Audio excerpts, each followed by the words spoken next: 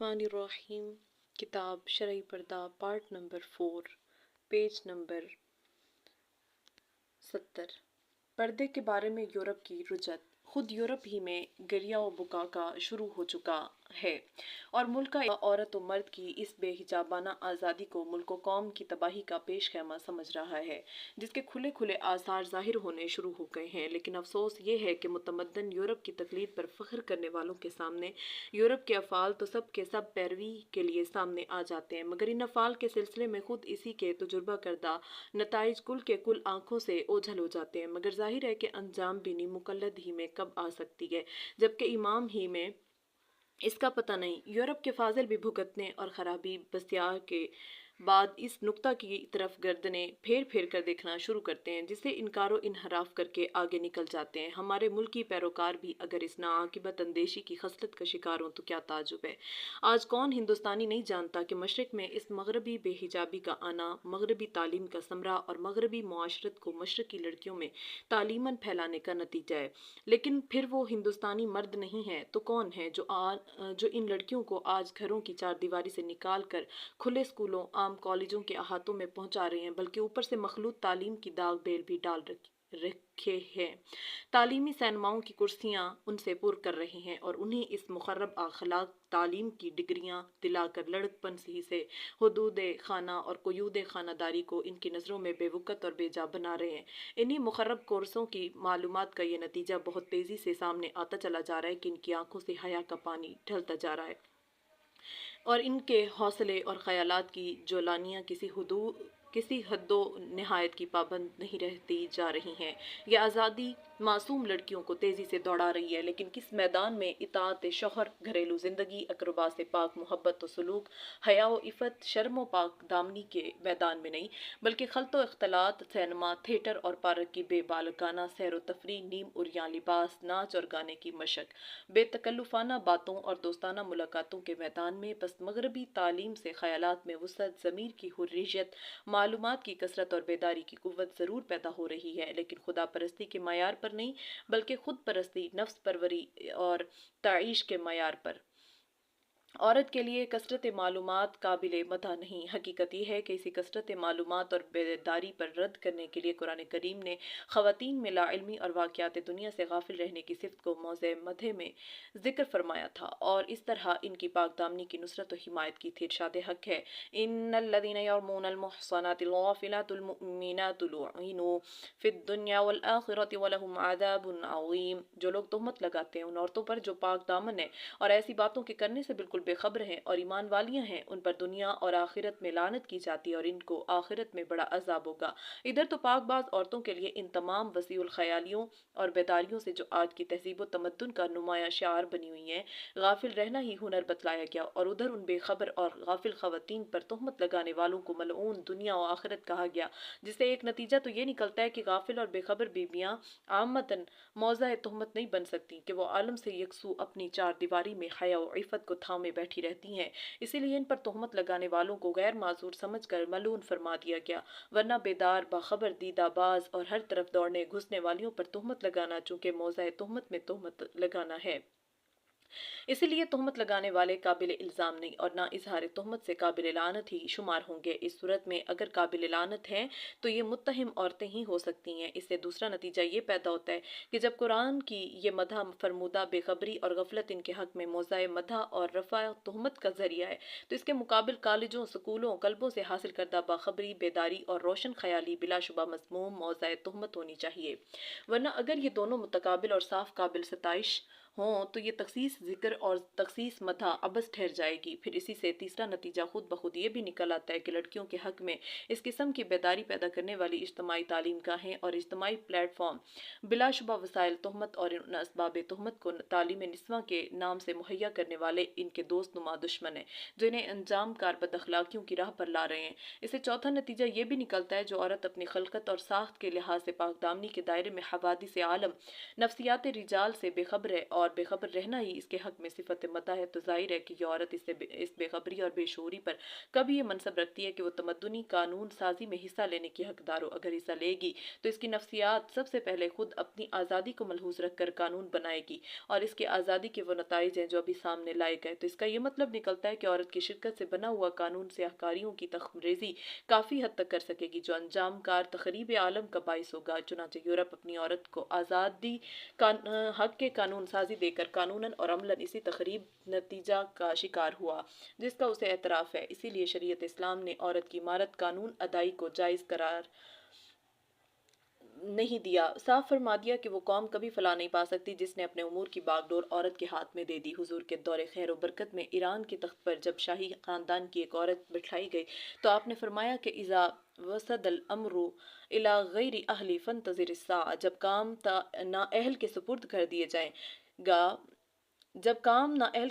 دیا جائے گا تو قیامت قائم ہونے کا انتظار کرو۔ سو کوئی شبہ نہیں کہ ایران کی طبقاتی قیامت قائم ہو گئی، قوم کا تختہ الٹ گیا، ایران کی طاقت تتر بتر ہو کر عرب فاتحین کے ہاتھ میں آ گئی۔ گویا عورت کی قیادت کا نتیجہ بعد چند قومی تخریب کی صورت میں نکل آیا جس کے لسان نبوت پر خبر دی گئی تھی۔ بس اگر ایک سیدھی سادی بے خبر لڑکی پر تہمت دھرنے والا نص قرآنی میں لعنت کا مستحق قرار پایا تو ان غافلات کے لیے اسباب تہمت مہیا کرنے والا کس طرح اس برائی کے استحقاق سے بری رہ سکے گا؟ نہیں، بلکہ اس سے بڑھ کر مستحق ہوگا، کیونکہ تہمت دھرنے والا تو ایک تہمت دھرتا ہے اور اسباب تہمت جمع کرنے والا ہزارہا تہمتوں کے دروازے کھول دیتا ہے۔ بہرحال آیات کریمہ کی عبارت اور مقتضا سے ایک طرف تو لڑکیوں کا ان حیاسوز تعلیمات و معلومات سے جو وسیع الخیالی اور آزادی ضمیر کے نام سے انجام کار ہوسرانی اور آوارگی کا ذریعہ بنتی ہیں، بے خبر رہنا مصلحت قرار پایا، دوسری طرف عملاً اسی تخریبی نتیجہ کا شکار ہوا جس کا اسے اعتراف ہے۔ اسی لیے شریعت اسلام نے عورت کی عمارت اور قانون ادائی کو جائز نہیں رکھا، صاف فرما دیا کہ وہ قوم کبھی فلاح نہیں پا سکتی جس نے اپنے امور کی باغ ڈور عورت کے ہاتھ میں دے دی۔ حضور کے دور خیر و برکت میں ایران کے تخت پر جب شاہی خاندان کی ایک عورت بٹھائی گئی تو آپ نے فرمایا کہ اذا وسد الامر الی غیر اہلی فانتظر الساعہ، جب کام نااہل کے سپرد کر دیا جائے گا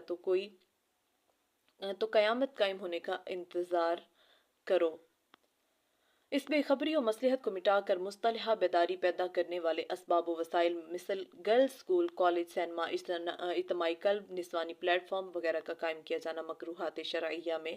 ٹھہرا۔ ہاں، عورتوں کی وہ باخبری اور وسیع الخیالی جو شرعاً مطلوب ہے اور اس کی تحصیل کا وہ طریق جو عند اللہ مستحسن ہے، قرآن کے لسان میں یہ ہے وَاذْكُرْنَ مَا يُتْلَىٰ فِي بُيُوتِكُنَّ مِنْ آيَاتِ اللَّهِ وَالْحِكْمَةِ إِنَّ اللَّهَ كَانَ لَطِيفًا خَبِيرًا، اور تم ان آیات الہیہ کو اور اس علم احکام کو یاد رکھو جس کا تمہارے گھروں میں چرچا رہتا ہے، بے شک اللہ تعالیٰ رازدان ہے، پورا خبردار ہے۔ ظاہر ہے کہ شرعی نقطہ نظر سے لڑکیوں کی تعلیم گاہ کالج و اسکول تو بجائے خود رہے اسلامی نام کے مکاتب بھی قرار نہیں پاتے، بلکہ وہی رہنے کے گھر اور ان میں بھی وہی بیوت جو بے پردگی سے دور ہیں مدرسے قرار پاتے ہیں۔ نیز اسی سے کھل جاتا ہے کہ لڑکیوں کے معلم کون ہو سکتے ہیں۔ اسکولوں کے ماسٹر بے باک استانیہ یا بیوت کے اہل بیوت جن میں محرم کے سوا کوئی دوسرا نہیں جم سکتا۔ پھر صراحتاً آیت ہی سے نوعیت تعلیم بھی مشخص ہو جاتی ہے کہ وہ کیا ہونی چاہیے۔ ظاہر ہے کہ وہ جغرافیہ اور مساحت کی تعلیم نہیں ہے کہ انہیں بھاگنے کی راہیں اچھی طرح ذہن نشین کرائی جائیں، بی اے ایم اے کی ڈگریاں نہیں کہ انہیں ملازمت کے لیے دفاتر کی تلاش ہو اور اسی طرح مردوں کا مضر اختلاط بڑھتا رہے،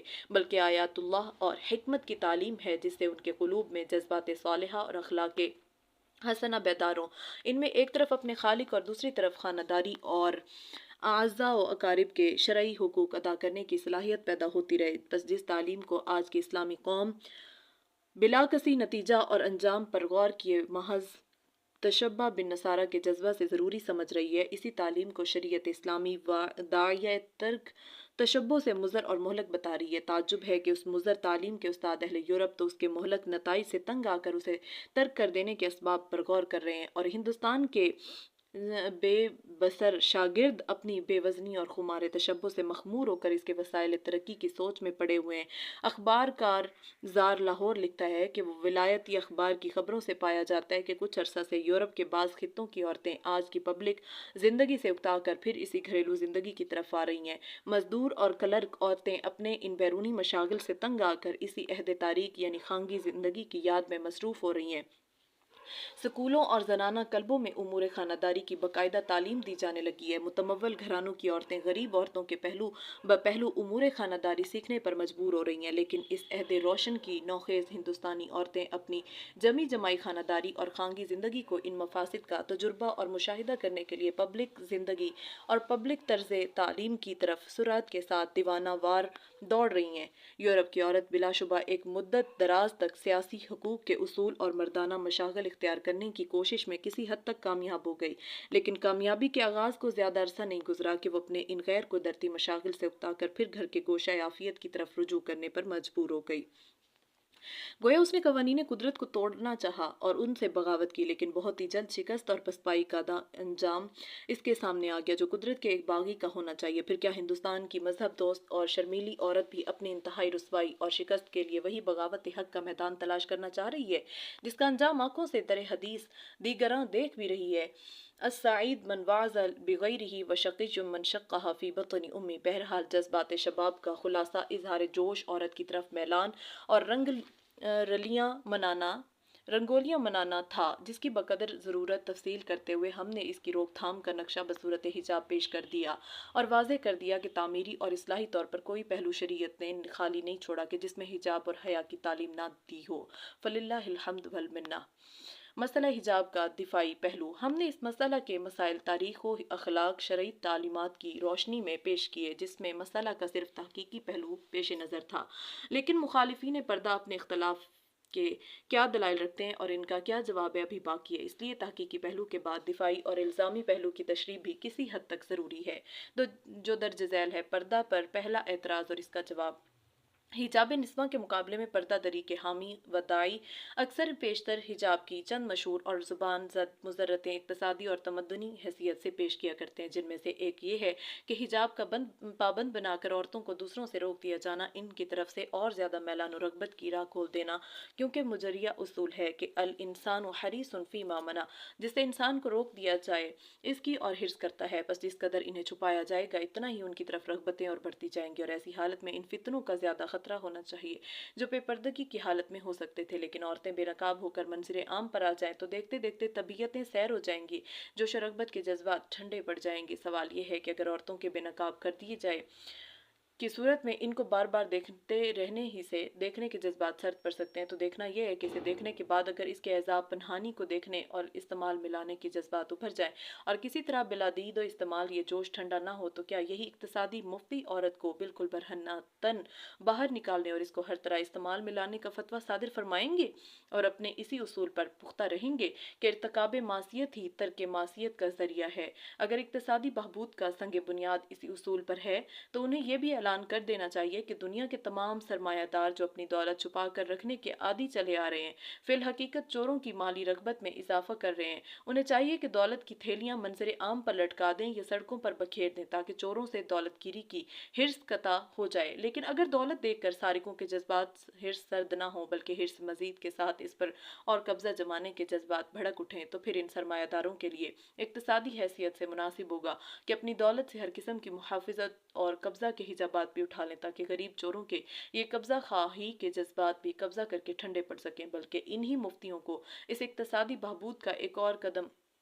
आगे बढ़ाकर दुनिया की तमाम गवर्नमेंटों को इस पर मुत्तले कर देना चाहिए कि वो अखलाकी जराइम की मुमानियत से हाथ खींच लें और पुलिस के महकमा को यकसर मौकूफ़ कर दें जो हर वक्त अखलाकी मुजरिमों को जराइम से रोकना और इनकी निगरानी करता रहता है, क्योंकि बहुत मुमकिन है कि जराइम की ये मुमानियत ही जराइम की हिर्स बढ़ा रही हो और इर्तकाब जराइम बहुत हद तक मुमानियत जराइम ही की बिना पर हो रहा हो। इसलिए मुल्क को जराइम में आज़ाद कर दिया जाए ताकि जराइम के आम हो जाने से तबाही इनसे सैर हो जाएं और इस तरह इंसदाद जराइम होकर हमागीर अमन कायम हो जाए। अगर ये इक्तसादियात के दाना रुपया को सड़कों पर फेंक कर चोरों की माली हिर्स मिटा दें और अगर कवानीन इंसदाद जराइम उठाकर जराइम पेशों को परहेजगार बना दें, तो फिर इन्हें ज़रूर हक हासिल है कि अपनी औरतों को बरहना पेश करके मर्दों को इफ़्फ़त माब और अत्क़याब बनाने की सई शुरू कर दें। मुमकिन है कि दुनिया के हज़ार साला ज़िंदगी के किसी दौर में इस उसूल का तजुर्बा किया गया हो, लेकिन आज तक किसी मौरख या अक्लमंद सयाह ने तो इसका पता दिया नहीं। मुमकिन है कि मौजूदा ज़माना की तारीख मुस्तक़बिल के लिए कोई उसवा पेश करे, लेकिन वो उसवा क्या होगा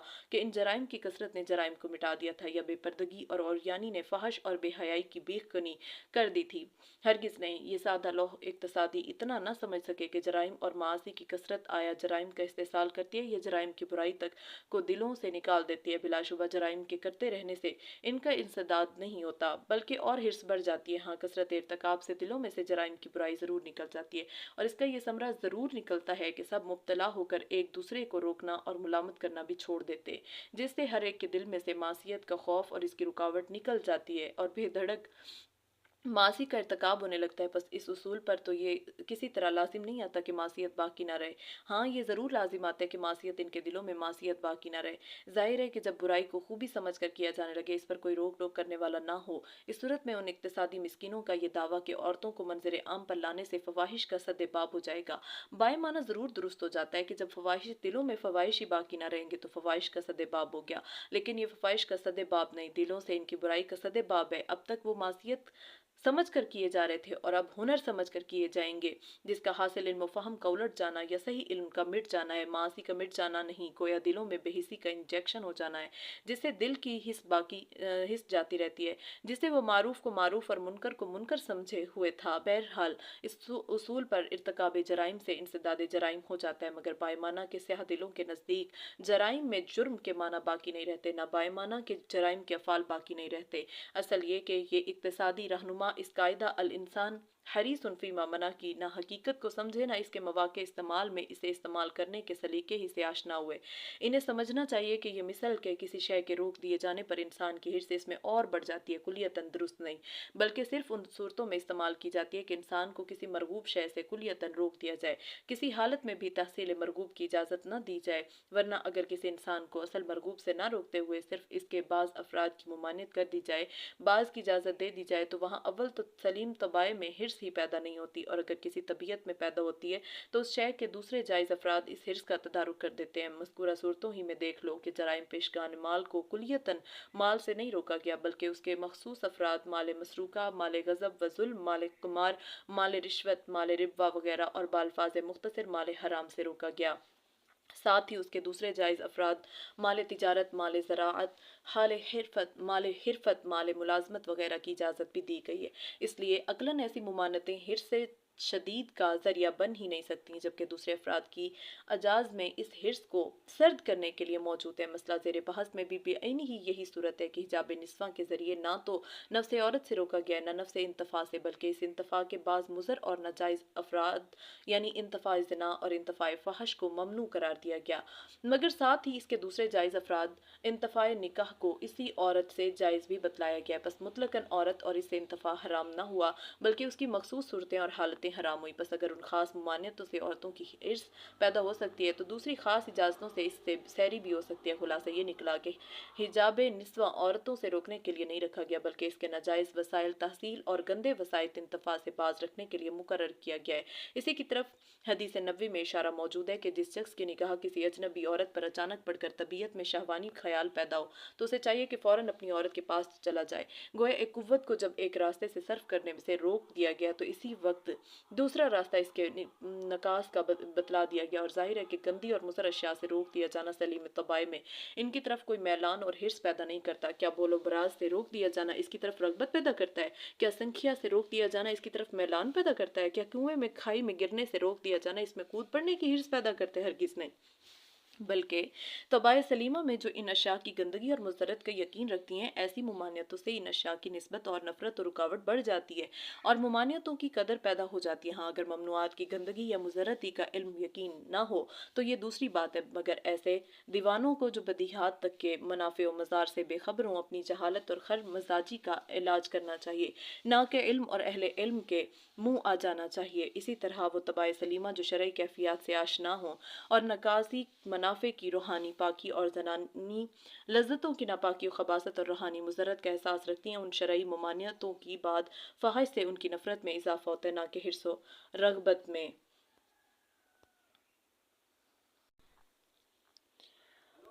بہرحال اول تو یہ قاعدہ الانسان حریص فیما منع، جس پر اقتصادیوں کے इस बेबुनियाद वहम की बुनियाद थी कुलिया नहीं है, और जहाँ जहाँ चलता भी है तो इस शर्त के साथ कि किसी मरगूब की कुलियतन ममानियत कर दी जाए। और जाहिर है कि हिजाब निस्वां इस कबील से है ही नहीं कि इसके ज़रिए इंतफ़ाए निस्वां की कुलियतन ममानियत है। इसलिए एतराज़ की बुनियादी मुनहदिम हो गई और जितनी बेबुनियाद इमारत कायम थी वो गिर गई, और साबित हो गया कि औरत की तरफ नाजायज़ रग़बत हिजाब निस्वां की वजह से नहीं हुई, बल्कि तबीयत के खोट, नफ्स की आज़ादी और जायज़ात पर कनाअत न करने की बिना पर हुई, जिसका अक्सरी हिला और बेशतरी वसीला यही बेहिजाबी और बेपर्दगी है। दूसरा एतराज़ और इसका जवाब दो।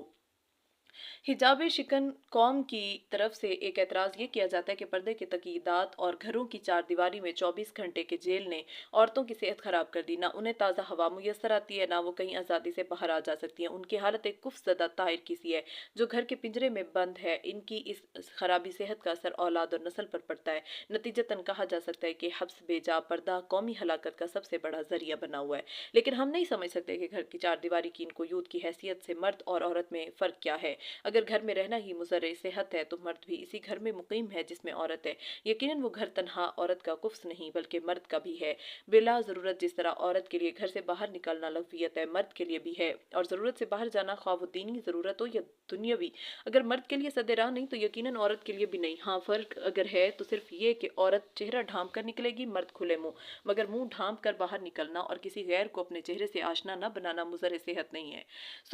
सोते हुए उमूमन और कभी जागते हुए भी सर्दी और बरसात में मर्द और औरत दोनों अपने चेहरे ढांप लेते हैं और रात भर ढांपे पड़े रहते हैं, मगर इनकी सेहतों पर महज इस फेल से कोई बुरा असर नहीं पड़ता। वरना ये सोने वाले जब सुबह को मुंह खोला करते तो बीमारियां उनके चेहरों पर खिलती हुई नजर पड़ा करती।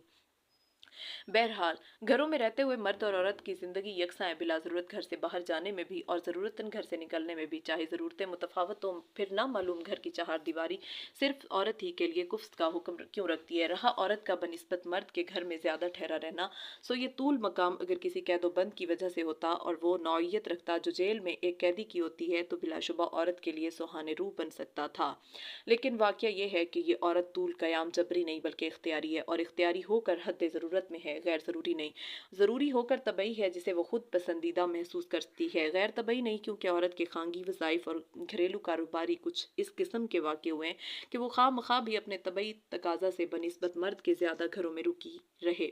खानादारी, परवरिश औलाद, खाना पकाना, सीना परोना,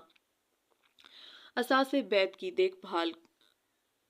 खानगी अहाता की निगरानी वगैरह ऐसे उमूर हैं जो कुदरती तौर पर घर के अहाते में इसके तूल मकाम ही को चाहते हैं, और वो अपनी खुशी ख्वाहिश और फ़र्ज शनासी के तहत खुद ही इस तूल क़याम को बाहर के आने जाने पर तरजीह देती है। बस हकीकतन औरत का ये घरेलू तूल क़याम इस कारोबार का असर है जो कुदरती तौर पर घरों ही में अंजाम पा सकते हैं, और फितरतन औरत ही इससे मुताल्लिक हैं। अगर यही वज़ाइफ इत्तफ़ाक़न गैर फितरी तौर पर किसी मर्द के सुपुर्द कर दिए जाएँ तो कोई शुबा नहीं कि वो भी इसी तरह घर का मुक़य्यद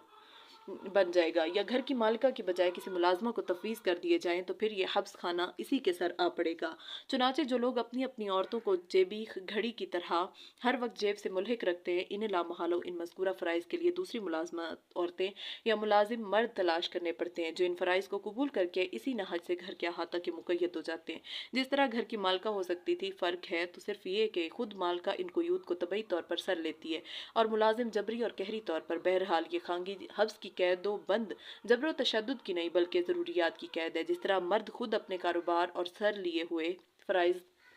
में मुक़य्यद होकर इन कारखानों की चार दीवारी का मुक़य्यद होता है जिसमें रहकर वो वज़ाइफ अदा किए जाते हैं, मसलन मुलाजमत पेश आता मशगूली फ़राइज़ दफातर की चार दीवारी में मुक़य्यद होता है, मुअल्लिम व मुतालिम स्कूलों के कमरों में मुक़य्यद रहता है, काश्तकार खेत के रकबा में मुक़य्यद होता है, अहले अरफा अपनी अपनी वर्कशॉपों के कैदी बने रहते हैं, दस्तकार अपनी दुकानों के पिंजरे में महबूस रहते हैं,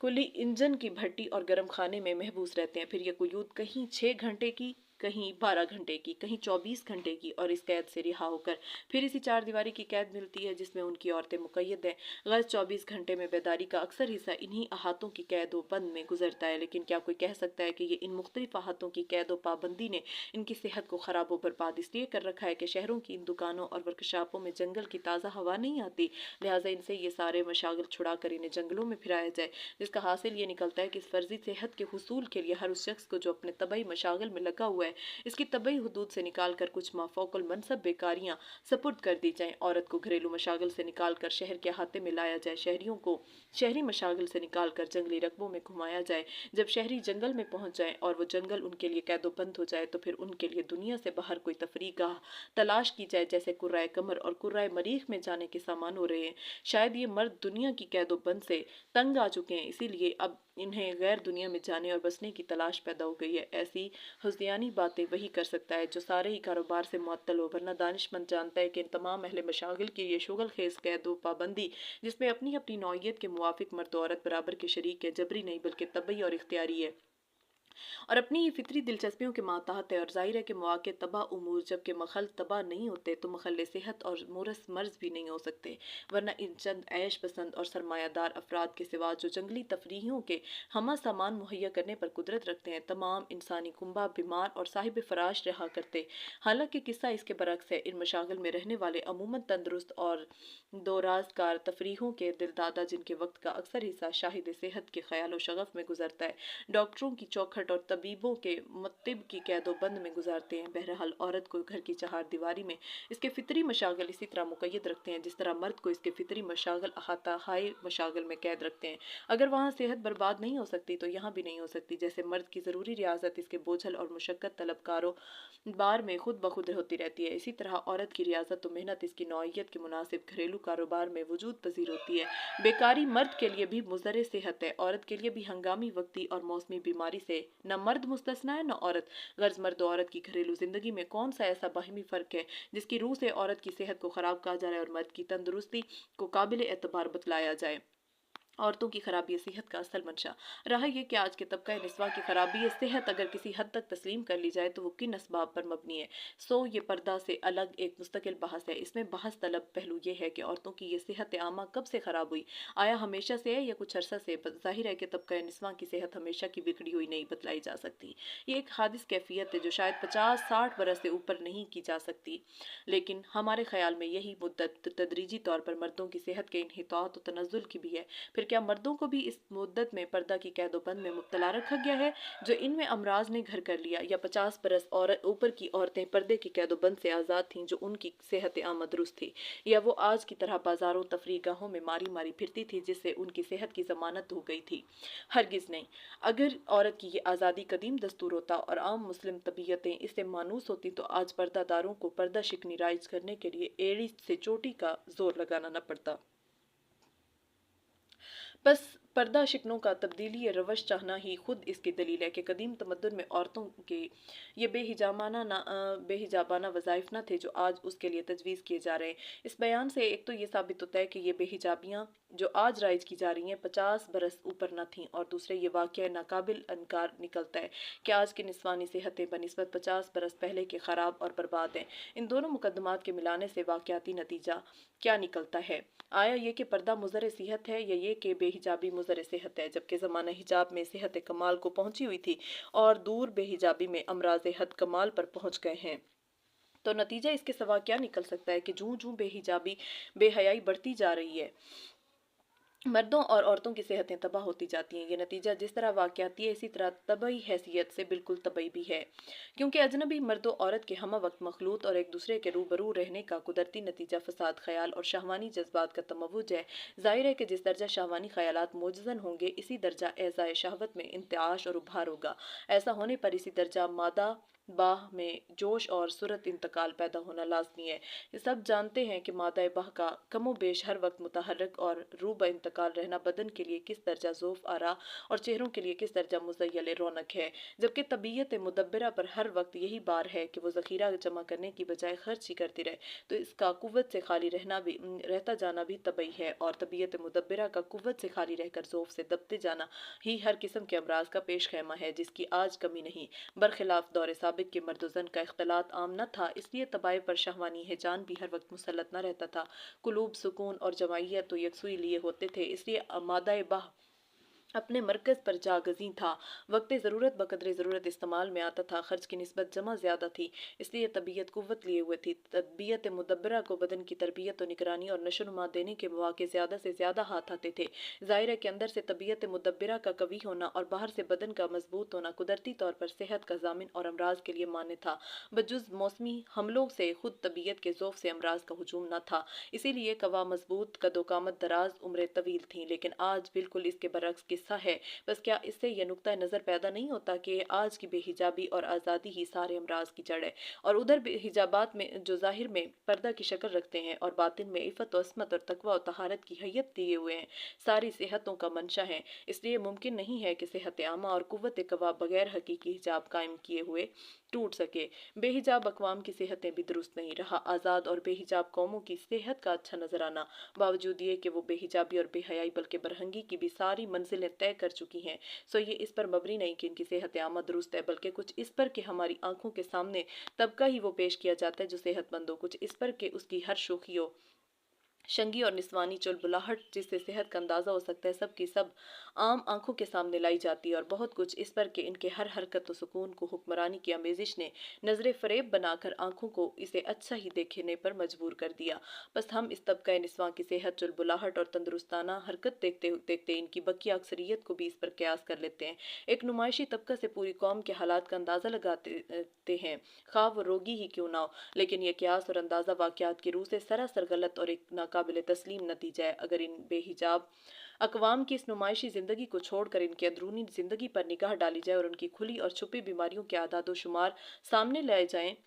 तो अंदाज़ा होगा कि ये अक़वाम ना सिर्फ बज़ाते खुद ही तरह तरह के अमराज का शिकार हैं, बल्कि दुनिया की बनी हुई सेहतों में भी जहाँ कोई रुकना पड़ा है, वो इन्हीं के मर्ज़ीले जरासीम की नहूसत और इन्हीं के आयाशाना और मरफ़ाहाना तमद्दुन का फ़साद है। यूरोप में ज़र व मर्द के इस इख्तलात और बेहिजाबी के इस हैजान खेज़ आज़ादी ने अव्वल तो क़ुव्वत मर्दमी घटाकर इनमें नामर्दी और ज़ौफ़ बाही का मर्ज़ आम कर दिया। चुनांचे इनकलाब लाहौर जिल्द 3 नंबर 23 पर नकल करता हुआ लिखता है।